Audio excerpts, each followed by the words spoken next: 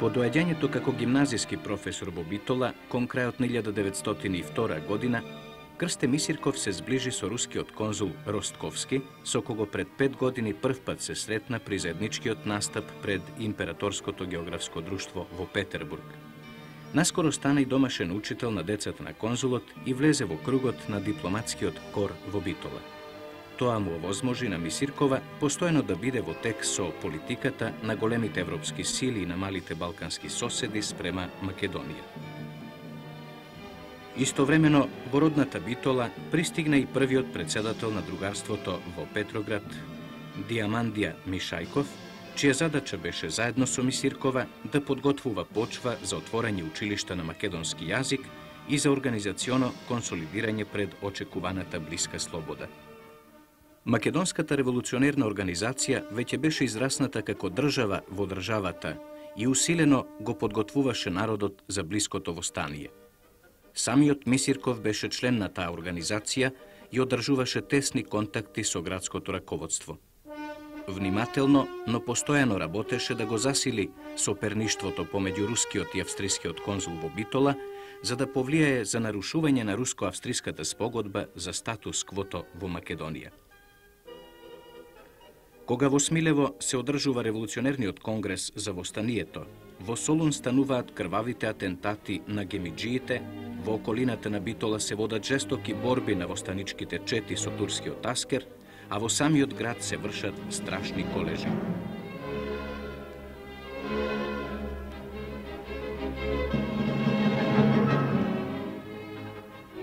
На Илинден вивна востаничкиот пламен. Прогресивна Европа беше восхитена од македонските херојски подвизи. Училиштата одамна беа распуштени, а учениците станаа востаници.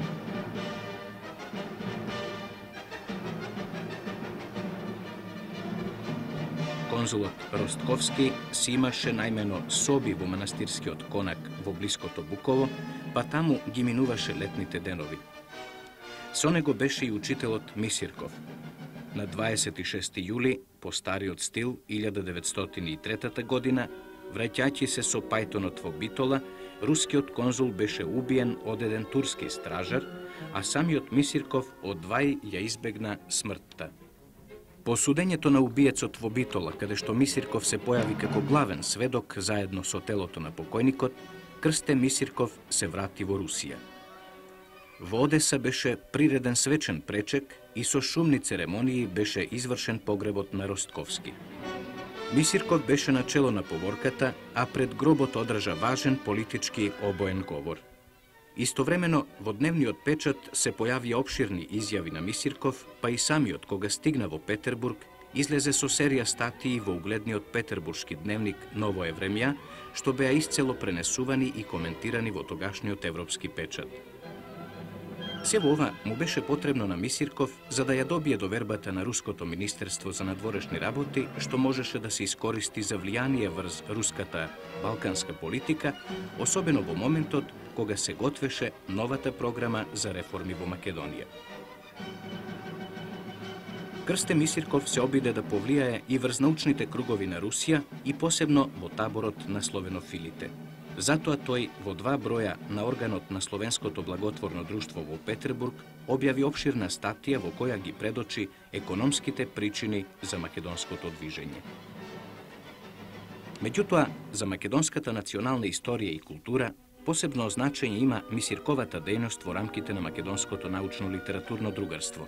Тука 3 заседанија Крсте Мисирков одржа, 3 вонредно значајни предавања се разбира на македонски јазик. Што направивме и што требит да правиме за однапред. Имат ли се нужда од македонски национални научно-литературни другарства и националниот сепаратизм, земјишчето на кое се имат развиено и ќе се развијат за однапред. Тоа беше всушност научна анализа на состојбата на македонскиот народ и неговата борба за ослободување по Илинденското востание, задачите што ја очекуваат македонската интелигенција и пред се членовите на другарството и историската подлога на македонското слободително движење. По решение на другарството, во ноември 1903 година, Мисирков, откако додаде уште 2 прилога кон 3 прочитани реферати, состауала, состауат и может ли Македонија да состауат од себе одделна етнографска и политична јединица и неколку зборови за македонскиот литературен јазик, напиша еден многу значаен предговор и така оформена книгата за македонските работи отиде да ја напечати во Софија. Во бугарската престолнина Мисирков беше помогнат од Стефан Дедов и од голем дел од македонската интелигенција, како и од некои истакнати револуционерни водачи. Па додека книгата му се печатеше, тој формира Македонско научно-литературно другарство во Софија и по покана од една група македонски студенти во Србија замина за Белград заедно со македонската театрална група на Војдан Чернодрински. И додека во театарот во Србија првпат се изведуваат драмите на Чернодрински и Хаджидинев на македонски јазик, Крсте Мисирков се сретна со истакнати српски научни и културни работници, а во салата на Великата школа одржа забележано предавање за македонското прашање во светлината на српско-бугарското зближување за сметка на Македонија. Великосрпскиот печат жестоко го нападна и тој побрза во Софија да ја преземе веќе напечатената книга за македонските работи.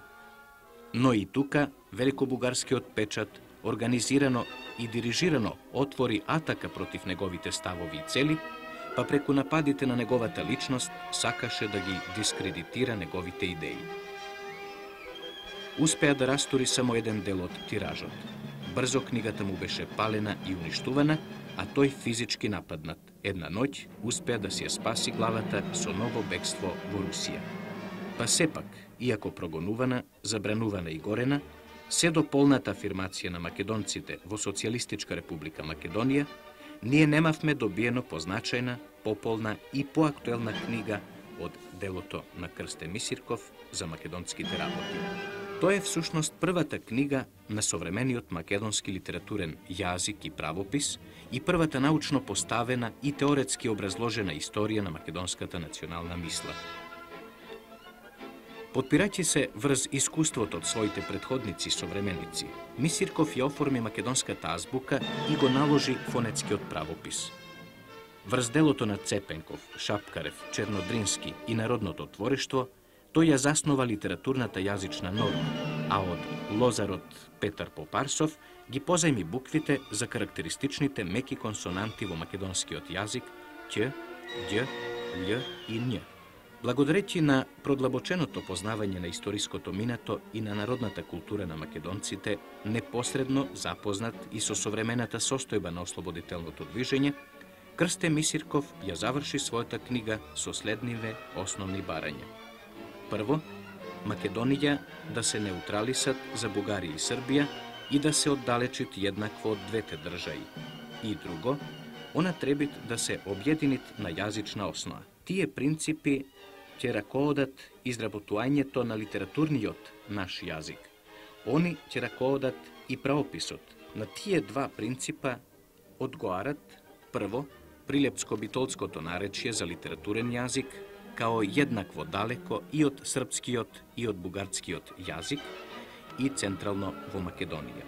Второ, фонетичниот правопис со употребените во таја книга писмени знакои и со мали отстапки на етимологијата.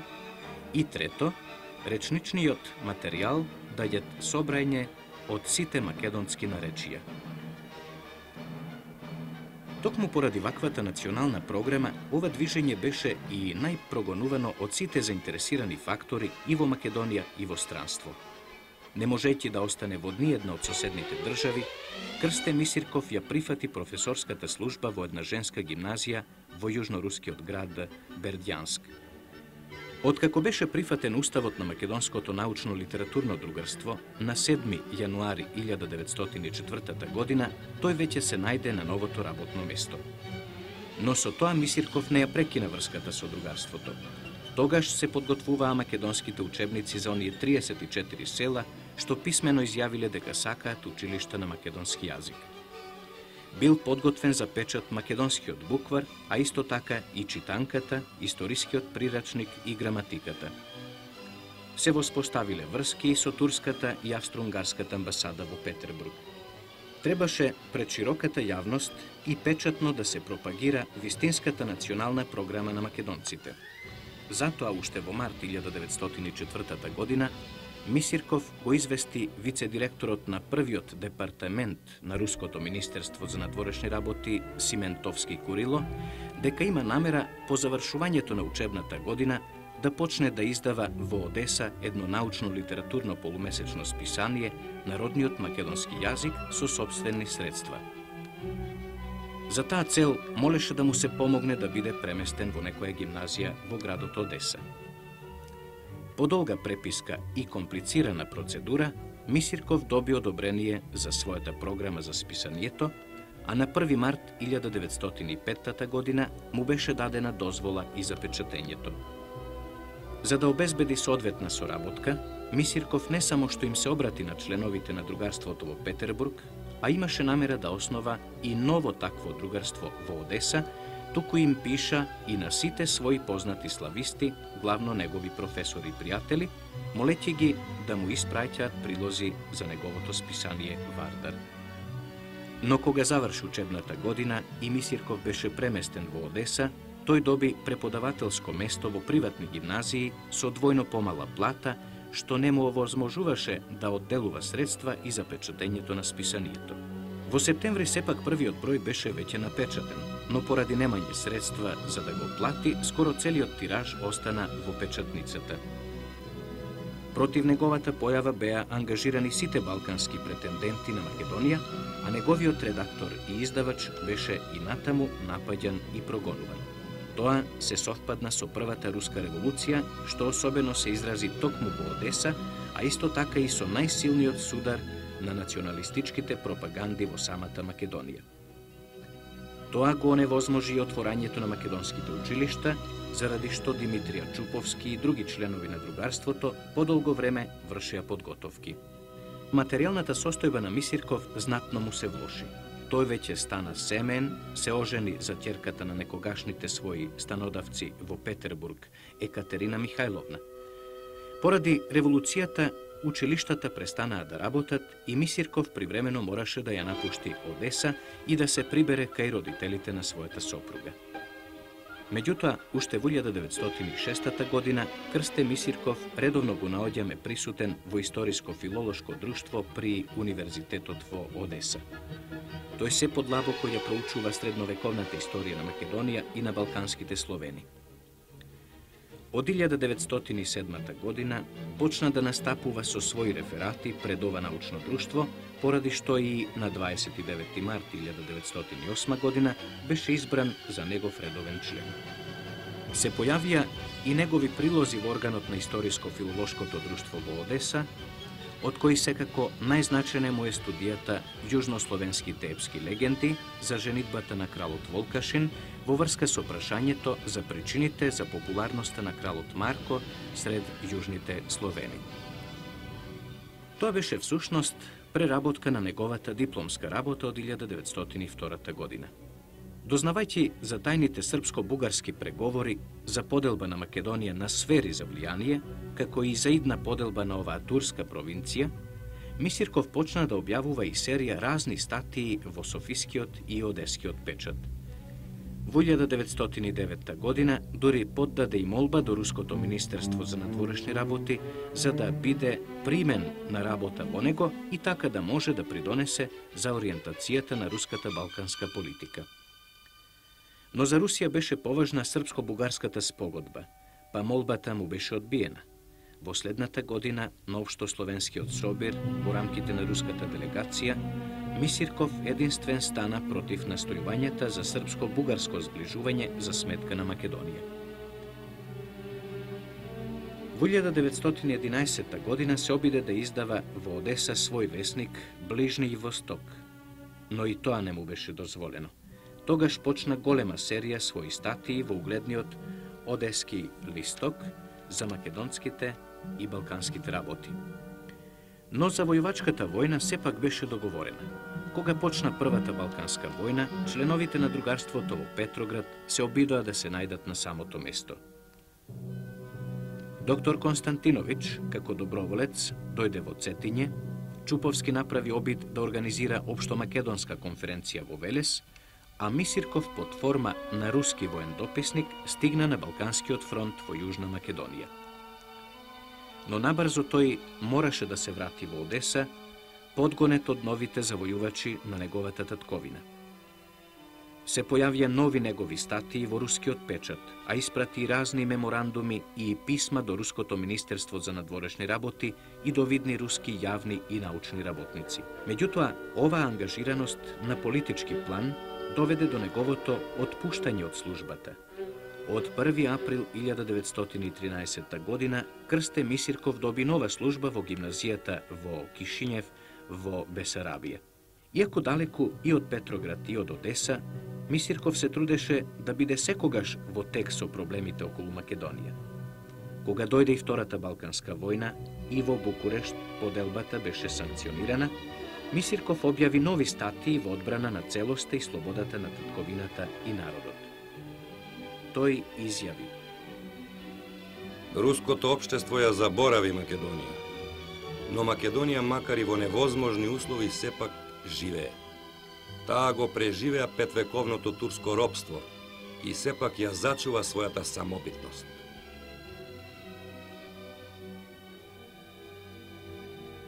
Кога Димитрија Чуповски почна да го издава списанието Македонски глас во Петроград и ја организира македонската колонија во руската престолнина во одбраната на македонските национални интереси, Мисирков се постави на чело на Одеската македонска колонија. Кога започна Првата светска војна, тој на 6. август 1914 година одржа забележан говор на Општословенското собрание во Одеса и по повод манифестот на рускиот цар за обединување на полскиот народ во една држава, смело извика: Македонија, таа втора Полска, исто така има законско право на манифест за нејзиното обединување и за обновување на царството на цар Самуил и на кралот Волкаши.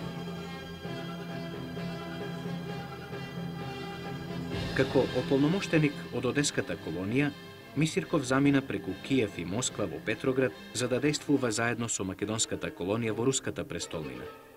Тука се среќава со истакнати руски дејци и политичари, па заедно со Чуповски беа примени од кнезот Трубецкој во Министерството за надворешни работи, каде што предадоа еден значаен меморандум во кој меѓу другото се вели: Српско-бугарскиот спор за Македонија неверојатно го осложни и без тоа сложеното македонско прашање.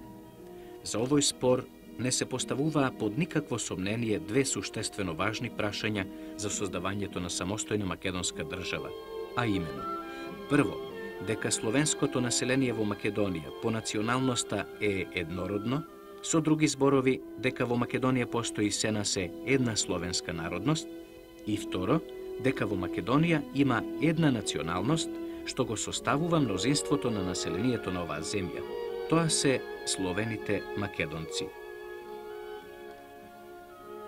Предупредувајќи ја руската политика, меморандумот завршува со зборовите: Ние се надеваме дека Русија нема да ја заборави и Македонија и дека овој пат македонското прашање ќе биде решено пред се во интерес на самото местно македонско население, а потоа во интерес на Русија и на словенството. Истовремено, под псевдонимот К. Пелски, Крсте Мисирков објави две вонредно значајни статии во списанието Македонски глас, во кои уште еднаш нагласи: Време е да разбере целиот свет дека во Македонија живее македонски народ, а не српски, ни бугарски, ниту пак грчки, дека тој народ си има своја историја, своји национални достоинства, своји крупни историски заслуги во културната историја на словенството. Македонија е земја со стара словенска култура и никој нема да успее да ја искорени таа стара словенска култура и на пустината да ги утврди своите интереси. Во 1917 година во Кишинев беше прогласена независната република Бесарабија и беше воспоставена советска власт. Мисирков беше избран за народен пратеник во нејзиниот парламент и стана член на президиумот и секретар за народностите. Но во јануари 1918 година романските војски влегоа во Кишинев, а на 26 ноември Републиката беше укината и Бесарабија присоединета кон Романија. Како отворен и жесток опозиционер, Мисирков беше екстерниран во Украина. По краткиот престој во Одеса, немајќи каде, го прифати бугарскиот пасош и замина во Софија. Откако една година работеше во Етнографскиот музеј во Софија, во ноември 1919 година беше назначен за преподавател по историја и географија во Машката гимназија во Карлово, каде што и се преселува со семејството. Скоро 2 години беше и вршител на должноста директор, но дојде силна реакција поради неговата национална активност, па беше сменет и подложен на притисок. Мисирков решава и овој пат да бега од Бугарија.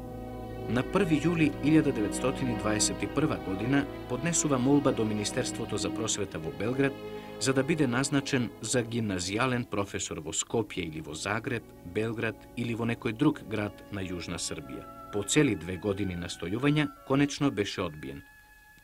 Тогаш Мисирков ја започна последната серија статии во македонскиот и бугарскиот печат во Софија, во кои, како во тестамент, ги дефинира последните пораки до современиците и до идните македонски поколенија.